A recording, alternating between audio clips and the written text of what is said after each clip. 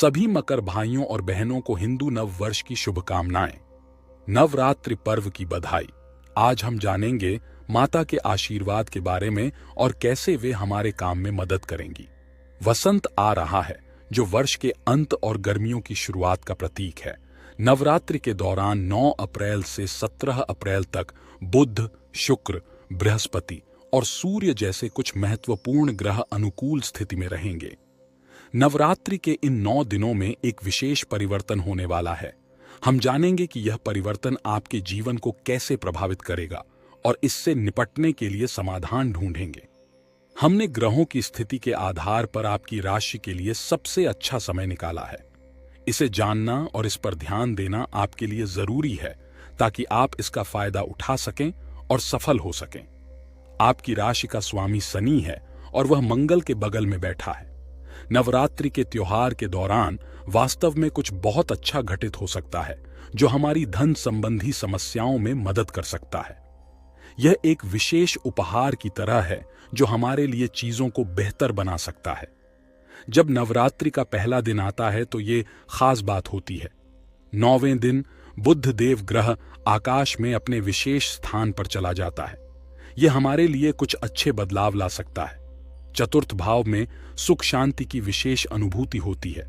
हमारा जीवन थोड़ा अव्यवस्थित रहा है, लेकिन अब खुशी के माहौल में अपने परिवार के साथ कुछ विशेष और महत्वपूर्ण काम करने का अच्छा समय है।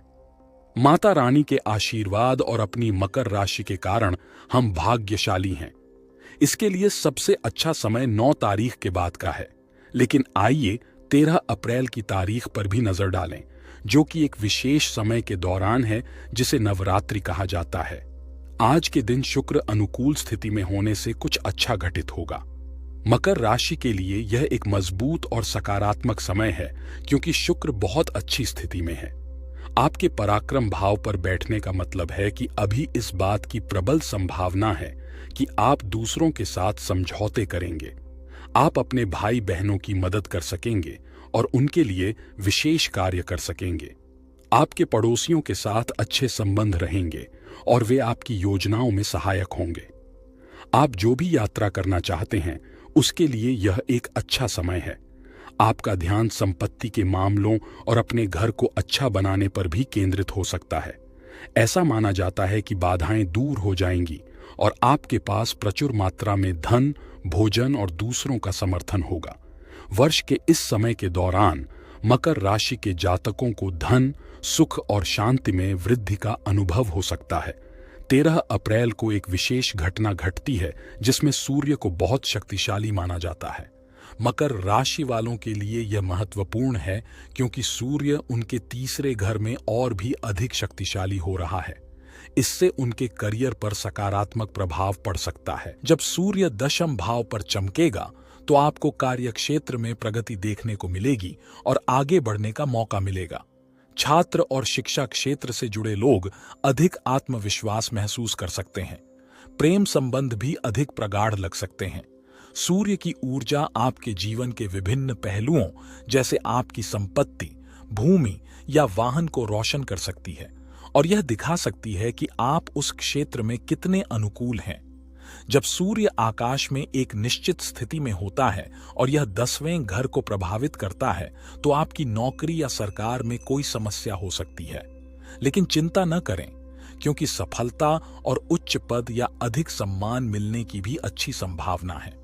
यदि आपकी जन्म कुंडली में सूर्य मजबूत है, तो इसका मतलब है कि आपकी नौकरी से संबंधित अच्छी चीजें होंगी, जैसे पदोन्नति मिलना या यदि आप चाहें तो नई नौकरी ढूंढना।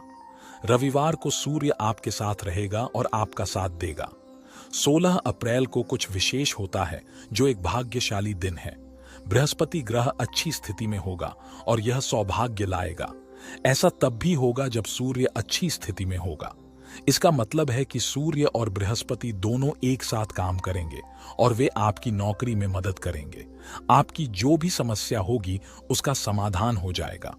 जब हम उदास या तनावग्रस्त महसूस कर रहे होते हैं, तो इस बात की अच्छी संभावना होती है कि वे भावनाएं जल्द ही दूर हो जाएंगी। हम अपने वित्त या अपने जीवन के अन्य महत्वपूर्ण पहलुओं से संबंधित परिवर्तन भी देख सकते हैं, यह हमारे प्रयासों के लिए सकारात्मक बदलाव और पुरस्कार का समय हो सकता है। यह एक ऐसा समय भी हो सकता है जब हम विज्ञान, आध्यात्मिकता और कार्यों जैसे विभिन्न क्षेत्रों को जोड़ते हुए सोचने और काम करने के विभिन्न तरीकों का पता लगाते हैं।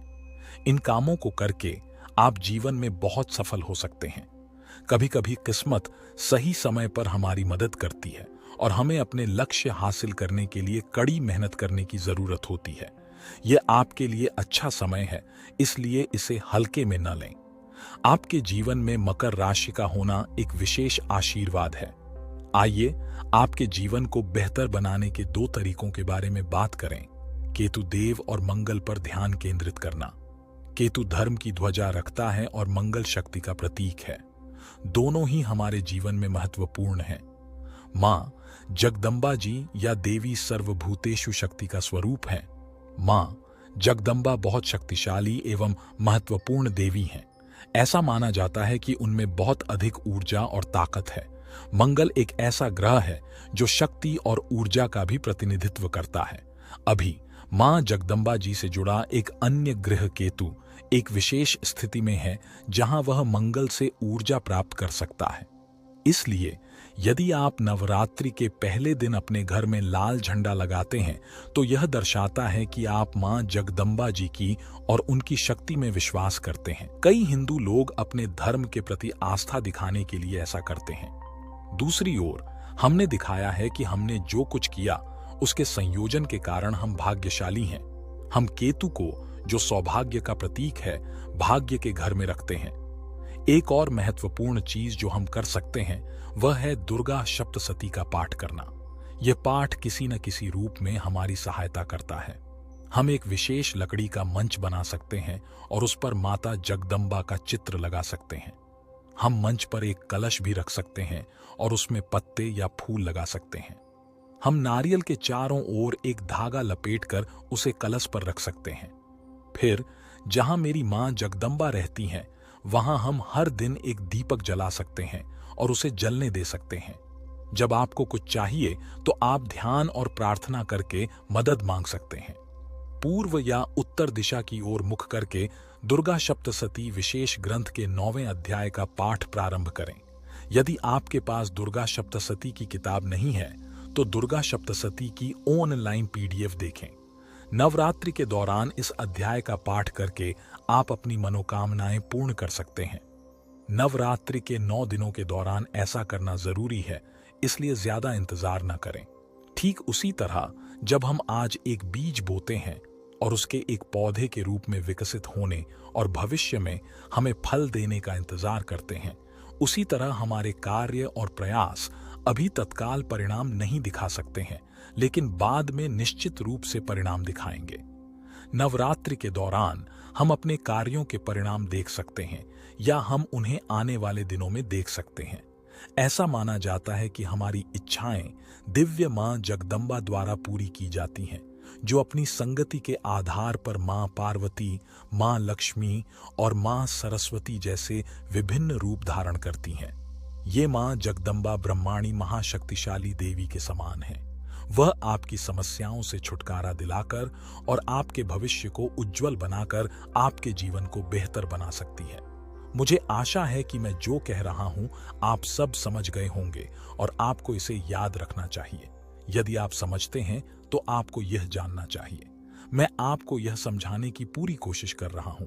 यदि आपको मेरा स्पष्टीकरण उपयोगी लगता है तो कृपया हमेशा की तरह लाइक और कमेंट करें। और अगर आपने अभी तक चैनल को सब्सक्राइब नहीं किया है तो कृपया कर लें।